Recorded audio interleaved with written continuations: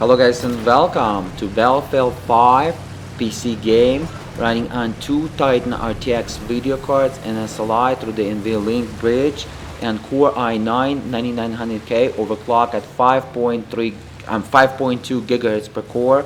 I disabled the hyper threading technology, but I'm running all 8 cores, 8 threads, so only physical cores, physical threads for the maximum possible FPS for the low latency delay. I'm going to show you during this video, guys, 4K resolution. I'm going to show you ultra, medium, and high presets. And today we're going to talk about the two Titan RTX video cards and SLI in Battlefield 5, as well as two RTX 2080 Ti video cards and SLI in Battlefield 5 at the 4K resolution. Okay. So right now I'm running, let me real quick go ahead and show it to you. I'm running right now 4K resolution at ultra preset. Guys, don't worry about my hertz of my monitor. Today I'm running this video on the Apple Pro Display XDR monitor, which is amazing 6K resolution native monitor, and I recorded 6K resolution native in Battlefield 5 on this monitor on the two Titan RTX video cards and SLI through the NVLink bridge. You don't want to miss that video. It will be available over the iPlay4k.com YouTube channel. But it doesn't matter how many hertz, because I'm recording this video with the shadow play and it's grabbing from the frame buffer before it's sending and converting the signal to the cable and sending to the monitor. So the FPS is unlocked over here. So you're going to see the maximum average FPS right now, 122 FPS. So you can have an idea what kind of monitor, with what kind of hertz at 4K resolution you're looking at, if Battlefield 5 is your game. Okay, so right now, guys, as you can see at ultra preset, TA at high anti-aliasing. Okay, VSync is off just to demonstrate you guys the maximum possible average FPS rendered, so you can have a better idea what kind of system that you're looking at. So let's go ahead and jump into the game, guys, and we're going to talk Battlefield 5 on two Titan RTXs, Turing GPU architecture video cards running an SLI. As you can see, Battlefield 5, guys, doesn't support SLI or doesn't support two or more video cards in a game. Running on the same computer. However, I find out the ways how to activate the SLI custom profile, and it's working, as you can see, guys, under the Directory D11 API by Microsoft, and it's amazing, by the way. Guys, I'm going to share with you this information how to enable the SLI under Directory D11 API in Battlefield 5 and pretty much utilize two or more video cards and SLI without any problems, and it's going to be available over my new project that I just started. It will be SLIready.com website, and it's going to be a great website. I'm going to share a lot of SLI custom profiles and how to enable SLI in the games that doesn't support the SLI or multiple GPUs by NVIDIA drivers, and it's going to be a great website if you're having two or more video cards. I'm going to share a lot of tips and a lot of custom profiles with you guys, so you can enable two or more video cards in the games, and you can pretty much achieve much higher FPS than without the custom SLI profiles. Hopefully, guys, this makes sense. Guys, let me just let you know, guys, when I was running this game at 4K resolution with the 6 core 6 threads, overclock at 5.3 GHz or 5300 MHz per core, but I disabled 2 cores and I disabled the hyper threading technology on the Core i9 9900K Intel 9th generation CPU. So I was emulating it as Core i5 9600K, guys. My FPS was 20 FPS lower, and why it was the reason at ultra preset, and I'm going to show you this video for you to watch it for yourself and decide it for yourself why it was the reason. I think because sometimes I was reaching 100% in Battlefield 5 game, and pretty much what I find out, Battlefield 1 and Battlefield 5 games requires 8 threads at least on your CPU to run without the bottlenecking. So Frostbite game engine, the newer Frostbite game engine that is powering Battlefield 1 and Battlefield 5, pretty much, guys, having problems, and it's having problems to run a Battlefield 5 with 6 threads, and it's going to pretty much showing you the lower FPS. This is what you don't want to do. So Core i5 9600K is not pretty much certified to run Battlefield 5 at the maximum possible preset at 4K resolution. I'm talking only 4K resolution, because it was fine at 6K resolution. Core i9 9900K emulated as Core i5 9600K at 5.3 GHz was fine at 6K resolution, but unfortunately at 4K resolution it was struggling, because the higher resolution, the less CPU required, guys, to render the game. It only applies in PC gaming. And 6K resolution was just fine, but 4K resolution, unfortunately, I tested, it wasn't fine. I tested, guys, 99% of the games in 2018, and 6 cores, 6 threads was more than enough, and 99% of the games running 4K resolution and above. But unfortunately, Battlefield 1 and Battlefield 5 is not the case, because it's running the latest Frostbite game engine. So everything was going to run latest Frostbite game engine, guys, is not going to be enough. 6 cores, 6 threads at 4K resolution. Above 4K resolution is going to be a Gucci, but 4K resolution and below, 6 threads, 6 cores is not enough. Of course, 1080p, even probably 8 threads is not enough for the maximum possible performance. 1440p could be enough, 8 threads, but 4K resolution, 8 threads is more than enough, as you can see by my FPS, and you can see by my CPU utilization. Overall CPU utilization right now 86%.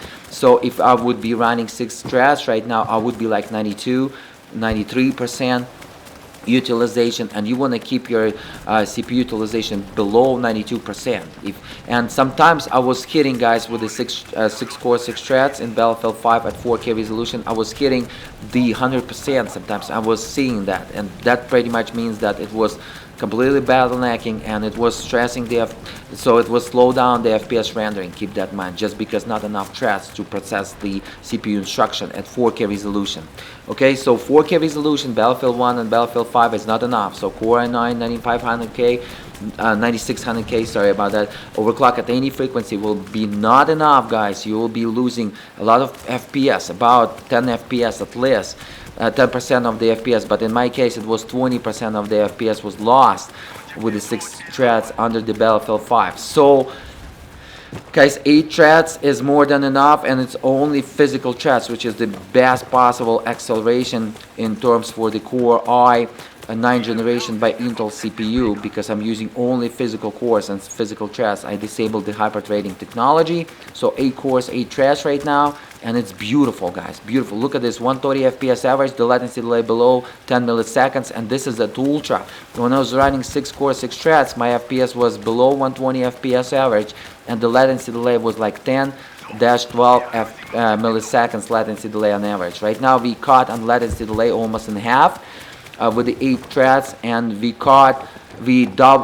increased about 20 FPS average. Keep that in mind. But as again, guys, I'm going to include in the video description 6 core 6 threads video on the same system for you to for your own analysis.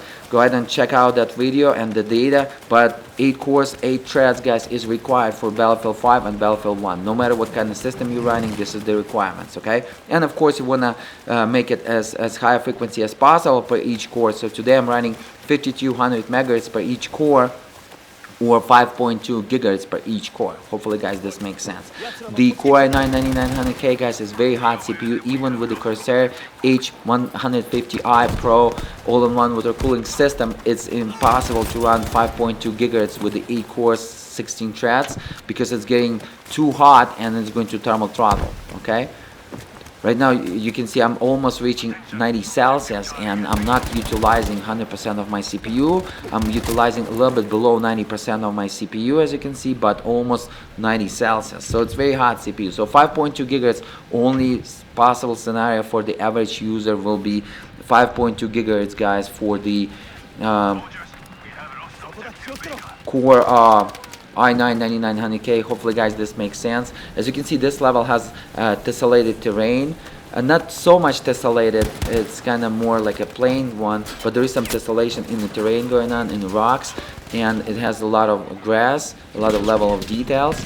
And pretty much 4K resolution at ultra was running beautifully at 130 FPS average and below 10 milliseconds latency delay. I would say 8 milliseconds latency delay now average. Let's go ahead, guys, and switch it now. I'm going to switch it to high. Here we go, high preset. Still TI at high, TI can be at low. You cannot turn down the anti-aliasing, keep that in mind even at low. So let me go ahead and turn down the VSync. So maximum possible FPS is unlocked, 4K resolution, 16 divided by 9 aspect ratio, guys. Let's go ahead and have a look, shall we? Wow, about 140 FPS, so 145 FPS average, I would say. Keep in mind, guys, that today I'm recording this video with NVIDIA Shadowplay technology, so please add 3 FPS to the FPS counter.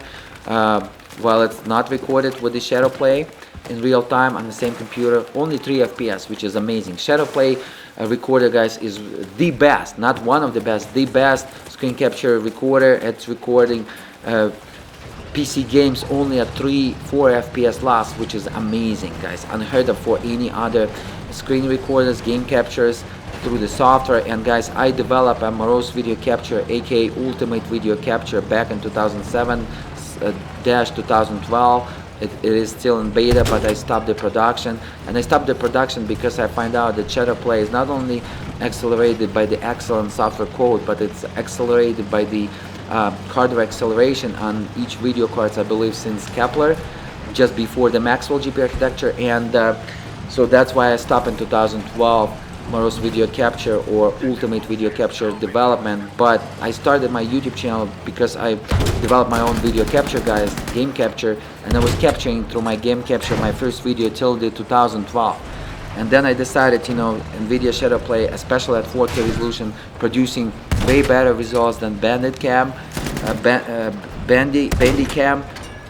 at 4K resolution and above. And keep in mind that Shadowplay, when it's hacked through the Shadowplay binary, you can unlock 8K resolution rendered in real time. You can just change the width and height of the output video container with the NVIDIA HEVC codec, and you can set to 7680 pixels by 4314 pixels, 8K resolution, 16 divided by 9 aspect ratio, and Shadowplay can record up to 120 FPS. Can you believe it, that video? And you can also change the FPS from 60 to 120, and it supports up to 2 streams recording 8K resolution in 120 FPS, and it's only dropping about 7 FPS when it's recording 2 streams. If you're going to hack it through the binary, it's possible there, but it's kind of hard. Maybe I'm going to create a video tutorial how to do it, or maybe in the future I'm going to release my own drivers by NVIDIA, unofficial drivers by NVIDIA, SLI ready drivers from SLIready.com, from one of my projects, and it's going to be drivers that's going to have included the already pre-built SLI profiles, custom profiles for you, as again unofficial, and it's probably going to have hacked the Shadowplay player to record up to 8K resolution. There is a possibility, guys, okay, in the future. But anyways, this is, guys, at high preset. Look at this, the FPS is kind of lower than we were receiving at ultra preset, and just because over here there is a lot of level of details over here, a lot of tree, a lot of grass, and it's taxing a lot of on the GPU performance. GPU utilization and SLI at high, I would say it's good, but it's not very good. So we are at least 1.8 times faster than a single Titan RTX. But guys, please keep in mind that I'm going to record on a single Titan RTX, BF5, 4K resolution, 5K resolution, 6K resolution, 7K resolution, 8K resolution, and hopefully 10K resolution, 12K resolution, and 16K resolution on a single Titan RTX, as well as on a 2 Titan RTXs and SLI. So we're going to find out, you know, what was the scalability in terms of my custom SLI profile. Okay, NVIDIA is kind of forcing you not to enable the SLI in Battlefield 5. I'm not sure why it's doing that. So even if you're going to use the custom SLI profile, it's going to disable it. But there is a ways, guys, how to avoid for the NVIDIA to block your custom SLI profile in Battlefield 5. And I'm going to record a video, as again, over the SLIready.com YouTube channel, where I'm going to explain to you guys how to do so. So guys, very high FPS, as you can see, a lot of volumetric particles going on here, a lot of polygons, so that's why the FPS is kind of low.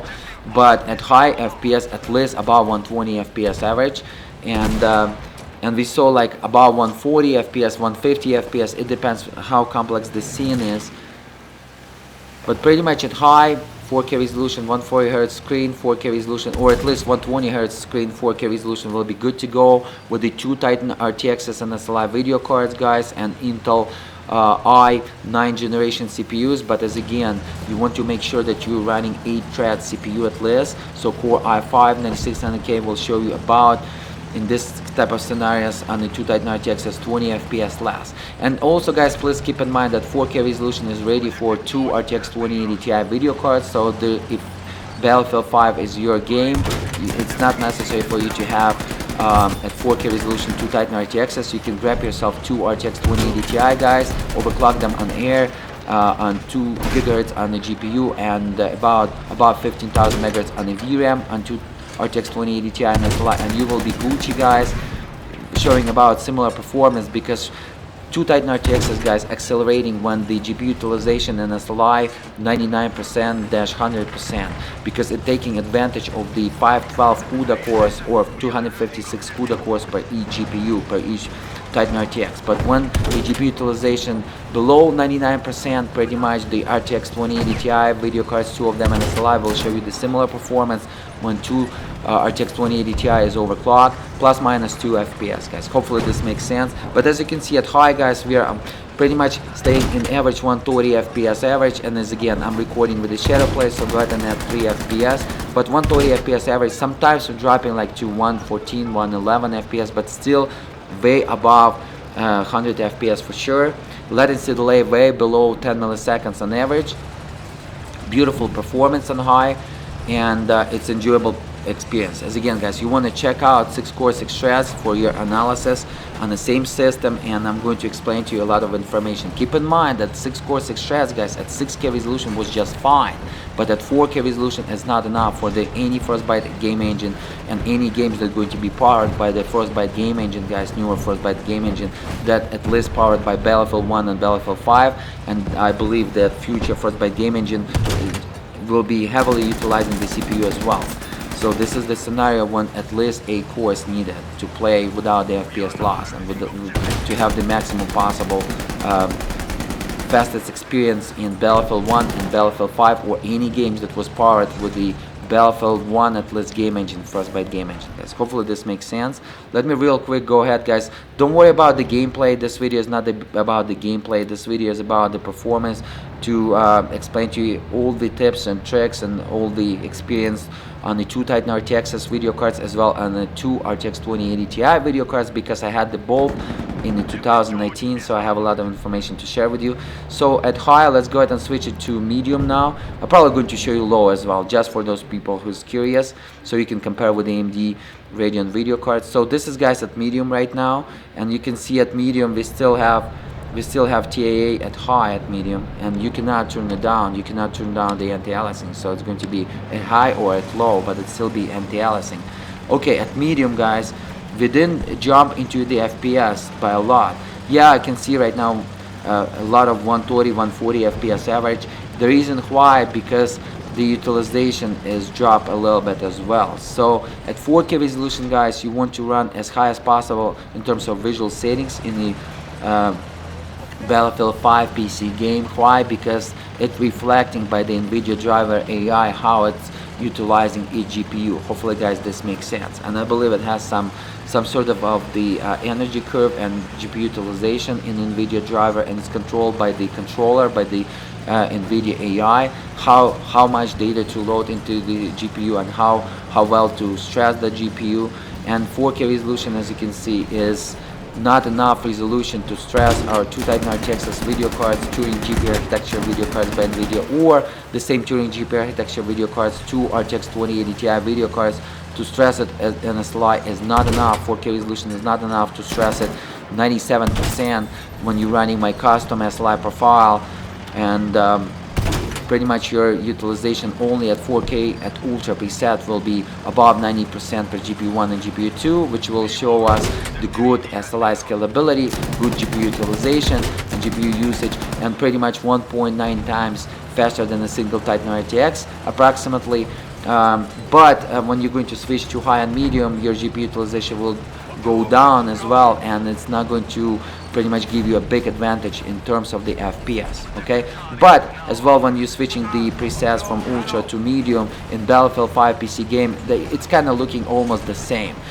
There is no such a big difference in the visuals, so also the visuals almost the same, but there is a difference in terms of the GPU utilization. So pretty much when you're running two RTX 2080 Ti video cards or two Titan RTX video cards in SLI, you want to keep your visuals as high as possible at ultra high possible presets, as well as all the anti-aliasing should be enabled to stress the GPUs as maximum as possible, so you're not gonna waste any CUDA cores, guys. Hopefully this makes sense. Look at this 150 FPS average, but we still about 140 150 FPS average, and we pretty much just go ahead and showing a beautiful experience over here. As again, guys, I'm playing multiplayer map, 64 players online, so 63 players plus me. Every single player over here, every single enemy is a player, keep that in mind. Wow, we're just dominating over here, guys. Look at this. And I just saw 118 FPS, but it's immediately went up. So average will be, guys, at least 140 150 FPS average at medium. At the high it was like 130-140 FPS average, and at the ultra it was like 120, I would say 110-130 FPS average. Okay,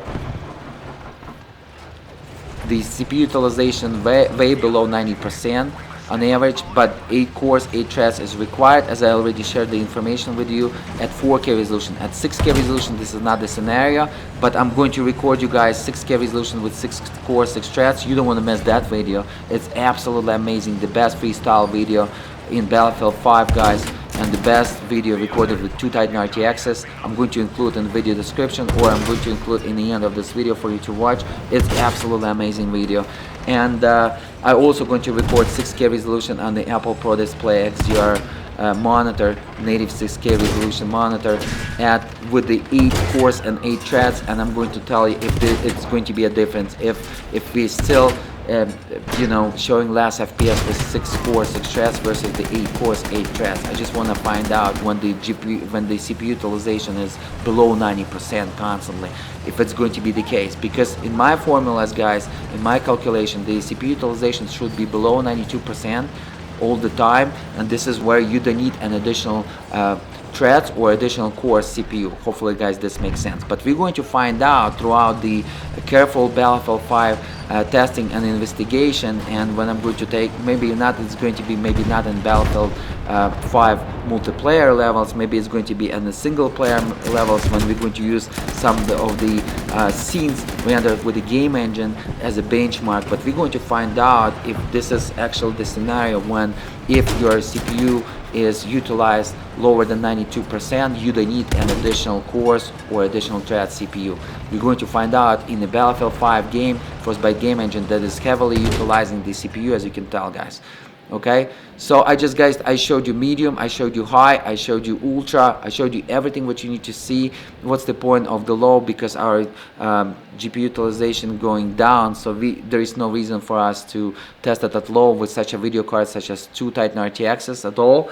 So medium will be our, you know, the best bet. Otherwise, what's the point to play 4K resolution at low, and when you're having two Titan RTXs? Hopefully, guys, this makes sense. If you want to test with the slower video cards, go ahead and test it with a medium. If your video card cannot show playable FPS at the medium, then it's not, you cannot test it at 4K resolution. Guys, hopefully this makes sense. Let me real quick go ahead and show you my computer specification, and we're going to go ahead and wrap it up. So I was running Apple Pro Display XDR monitor today, and it was set at 6K resolution, 6016 pixels by 3384 pixels. Absolutely beautiful 32-inch 6K resolution native monitor, but unfortunately it doesn't worth $5,000. For this money, you better stick 75-inch 8K resolution TV and convert it to a monitor. But it's going to be another talk about it, guys, throughout my videos. So for those who doesn't believe it, this 6K resolution is not 4K resolution with the DSR. Let me real quick go ahead and show you the NVIDIA drivers. Here we go. DSR is not, it's off, as you can see, not enabled. And here we go. You cannot show something like that when DSR is enabled. Okay, and let me zoom in to show you using the magnifier tool to show you the, so this is my CPU Z, guys, as you can tell. Okay, This is the CPU Z, 5200 megahertz per each core. Beautiful performance. And by the way, this is, I believe, the best scenario for the Core i9 9900K. Just run it 5200 megahertz, 8 cores, 8 threads, so you will be Gucci no matter what kind of game you're running in 2020. 8 threads will be more than enough, guys, 100% enough for any PC gaming. Okay, 6 cores, 6 threads, 99% is enough for any PC gaming. As again, I'm talking about 4K resolution and above experience. Keep that in mind. But 8 cores, 8 threads will be more than enough. Plus, we're using only the physical cores, which is the best latency delay, the lowest latency delay. Okay, 8 cores, 8 threads, as you can see. Cache was stock. Motherboard was ASUS ROG Maximus 11 Hero Wi-Fi model, Z390 motherboard, which is I'm not advising you to have. It's only beautiful during the nighttime in terms of the LEDs, but anything else is you better stick with MSI. The best boards in 2018 was MSI brands, guys, or the Gigabyte. And for the same amount of money, you will buy yourself a better board, better durability, better stability, and maybe even better overclock that I'm receiving in terms of the average overclock. So PCI Express 3.0 times 8 per each video card, because this is Z390 chipset. I was running, guys, today DDR4 5000 megahertz memory, but it's such a garbage, such a waste of money. CL18, it's only stable on only one motherboard on the planet Earth, which is the MSI AMD X 570 meg godlike board, which is about $500, and it's only stable on that board at 5000 megahertz CL18. At least this is what Corsair support told me. I tested on the 2 different AMD board, X 570 by Gigabyte and one by MSI. Didn't work out, wasn't even stable above 4000 megahertz with the CL19, keep that in mind. And I tested on Intel Z390, Z370 motherboards. It was not stable even at 4000 megahertz CL19. It was only stable at 3866 megahertz at CL19. And I decided, you know what, I don't want to use that type of frequency and that type of latency and that type of CL latency, so I decided to go 1200 times 2, which is 2400 megahertz, but CL11, very aggressive timing and 1T command, and it's pretty much reflected in the higher benchmark scores for me, and this is how I'm rolling with this memory. But I'm going to return this memory, guys. This memory is completely a garbage. You can achieve the 2400 megahertz CL11 with the 3866 megahertz memory CL18 for sure, guys. Maybe you can also achieve with the 3600 megahertz CL18 memory. I'm going to go ahead and test that Corsair memory, and I'm going to record a video tutorial how to overclock the DDR4 memory with the Corsair 3600 megahertz, which is the most popular memory, CL18, and I will try to push it to 2400 megahertz CL11 and compare it, or at least CL12. I'm pretty sure it's going to be stable at 2400 megahertz on that 3600 megahertz Corsair CL18, and I will compare of those memories, and I'm going to record a video tutorial for you how to overclock the Core i9 9900K properly, what kind of scenarios you want to use, how to overclock your DDR4 memory as well, and it will be available over the iPlay4K.com YouTube channel, guys. As again, if you're looking at SLI profiles, go ahead and check out one of my projects, SLIready.com. It's going to be one of the best legendary websites for those people who's having 2 or multiple video cards, okay, guys, by NVIDIA company. And this is my benches, guys. Benches, look at this multi-thread ratio, almost 8 times, which is one very great, guys, performance. I did 5.1 gigahertz, okay, 8 cores, 16 threads, and my multi-threaded ratio was 10 times on the 16 threads, 10 times. So it means that another 6 threads just was wasted in terms of the multi-threaded benchmark such as CPU Z. This is not even the gaming benchmark, this is the multi-threaded benchmark, and gaming benchmark I will dominate, guys, with the lower core count and the higher frequency, because there is a core controller that controls and it's checking before it's sending the CPU instruction to the CPU to compute. It's checking, okay, how many cores I have, okay, how many cores is the last stressed, okay, this one. So it's checking every single core and it's creating the latency nanoseconds, and then it's sending to that core that last stress the CPU instruction for the CPU to compute, and it's creating the latency delay. So the last cores you have, the better performance you will receive. If, as again, by my formula, your cores in a scenario is not stressed above 92%, above 90%. Otherwise, then you need to have a CPU with better cores or better threads. Keep that in mind.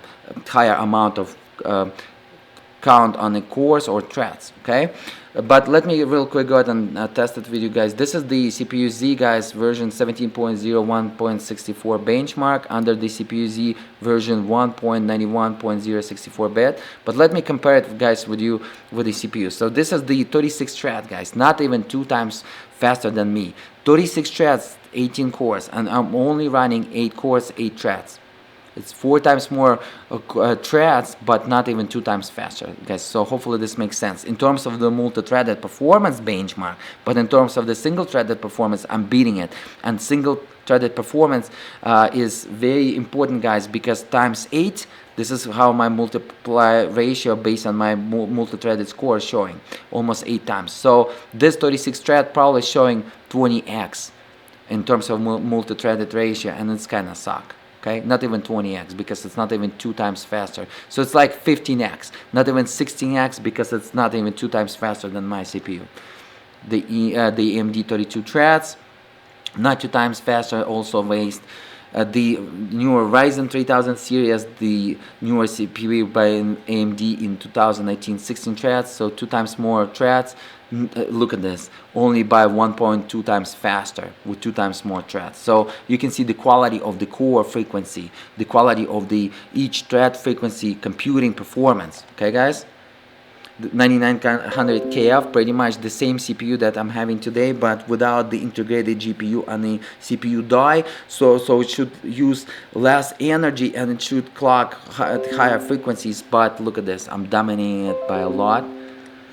Guys, as again, my performance at 5.1 gigahertz with 8 threads, 16 with the 8 cores, 16 threads is very bad. The utilization only 10 times on the 16 threads. Keep that in mind. So it's kind of waste of the cores because it's creating some extra latency and it's pretty bad, and CPU controller cannot manage 16 threads on the Core i9 9900K, guys. Hopefully this makes sense completely. Let me real quick go ahead and show you guys some more CPUs so you can compare. Maybe you will have one of those CPUs. Go ahead and press the pause and compare this data using my methods and my approaches. Look at this. Wow, this is amazing. This is the 12 thread 6 core, guys, CPU, 8th generation Core i, which is Core i7 8700K. Guys, keep in mind, I'm overperforming this CPU, okay, with this 6 core 6 threads with my 9900K converted to 9600K i5 with only 6 core 6 threads. When I'm using the CL11 on this DDR4 5000 MHz converted to DDR4 2400 MHz with CL11, I'm beating this CPU by about 15 more points, and with only 6 core 6 threads. Keep that in mind. That's why the 10th gen Core i5 10600K, guys, will be the best and the king CPU in the PC gaming or for the average dash advanced PC user. 10600K overclock at 5.3 GHz with the 12 threads 6 cores will be the king, guys. Okay, and in the end of 2020, beginning 2021, this should be your CPU, unless the AMD will release the better Ryzen 4000 series that will perform much better than it's performing right now, because it's performing like a garbage. It's only the AMD believes it's not, but in the marketers that try to promote the AMD products, but it's still garbage, guys. And with the 10th generation of Intel Core i CPUs, you will realize that, especially when they're going to clock a lot, and that Core i5 for $250 will be the best. Core i5 10600K, because it's going to be stable, guys, in my prediction, 5.3 gigahertz at 12 threads, and at 5.5 gigahertz it will be stable at 6 core 6 threads. And guys, 5.5 gigahertz for me to reach with my 9th gen Core i9 9900K, I gotta overclock it at least to 5.8 gigahertz. It is unheard of. I need to use the liquid nitrogen too to be able to do so, and it's not going to be safe home environment. And my YouTube channel is to show you how to increase for free performance in a home safe environment, okay, in terms of when I'm talking the overclocking tutorials and such stuff like that.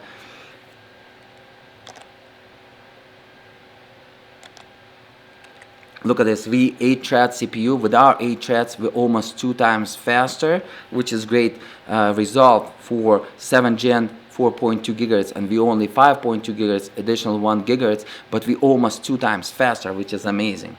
And it's only 2 generations below us. And we're over 2 times faster, guys. 6th gen i7, as you can see, clock at 4 GHz, so we only 1.2 GHz higher, but we 2 times outperforming with 8 threads. Okay, so it's definitely our overclock is the best. And probably, guys, this is how I'm going to rock now with 8 threads. I know under the CPU-Z the performance is kind of 7.8 times, but still amazing in terms of multi-thread ratio, quality of my cores, and frequency of the cores.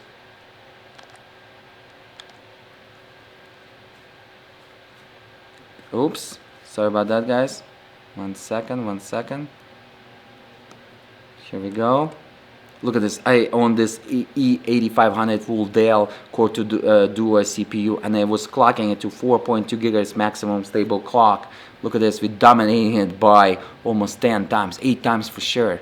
This is impressive in multi-threaded performance, and in a single-threaded performance by 3 times almost. We're dominating the CPU. Okay, what else, guys? Let me show you. Yeah, this is the IDA 64 benchmark, which is how fast this DDR4 2400 MHz at CL11. This is 49 nanoseconds. Great result for the DDR4. Okay, of course, with the 3600 MHz at CL18, you probably will beat me in terms of read, write, and copy speed, but you're not gonna beat me with the CL18 with the latency delay. And latency delay is very important for PC games in terms of that faster FPS drawing. Okay, guys, because remember that milliseconds in the left top, this is the latency delay, and nanoseconds decreasing that millisecond latency delay as you know, as best as we could. We gotta lower it at any kind of components, and CPU, and the DDR4, and the VRAM, and GPU, to decrease the latency delay and increase the FPS loading time, guys. I mean, decrease the FPS loading time, so FPS will be rendered faster. Hopefully, guys, this makes sense. My level 1, level 2, level 3 cache on the CPU clock at 5200 MHz per each core, 9th gen Core i. This is the how fast it is in terms of the data transfer per seconds. And as again, DDR4 2400 MHz, CL11 aggressive timing. And what else? You saw the CPU utilization. You saw that. This is, guys, the how the IDA 64 comparing the two Titan RTX TU102 Turing GPU architecture, guys, and SLI while using OpenCL, which is OpenCL is kind of friendly for the iOS devices, very friendly for the iOS GPUs, but it's not friendly for NVIDIA GPUs in terms of OpenCL. OpenGL is friendly, but OpenCL is kind of harsh, guys. And but CPU was running, guys, x64 native machine code optimized, which is very impressive score for the CPU when we're comparing versus two GPUs and SLI, because usually CPU versus the GPU at least 10 times slower, but just because it was running x64 native machine code, which is unheard of performance for the CPU. This is how versus the CPU 5.2 GHz per each core, 8 threads, how pretty much it compared with the two Titan RTXs and SLI, guys. As again, this is the best possible score for the CPU available. Go ahead and test it. As again, it was IDA 64 version 6.20.5300 benchmark. You can test it and see what kind of result you're going to receive, guys. But pretty much that's it. Thank you so much for watching. Right now, guys, I'm putting some great videos for you to see. If you don't see them, go ahead and check the video description. Positive comments. Don't forget to smash that like button to support me, to motivate me to record more great videos, because my videos have the multi-angle, guys, information broadcasted to you, no matter who you are, PC gamer, PC hardware enthusiast, PC overclocker, graphics designer, 3D artist. I'm pretty much showing you guys all kind of different information, and pretty much you learn. I hope that you learn a lot. So don't forget to smash the like button, check out my videos, subscribe, share it with your friends, guys, and I will see you till the next videos. Have a great day.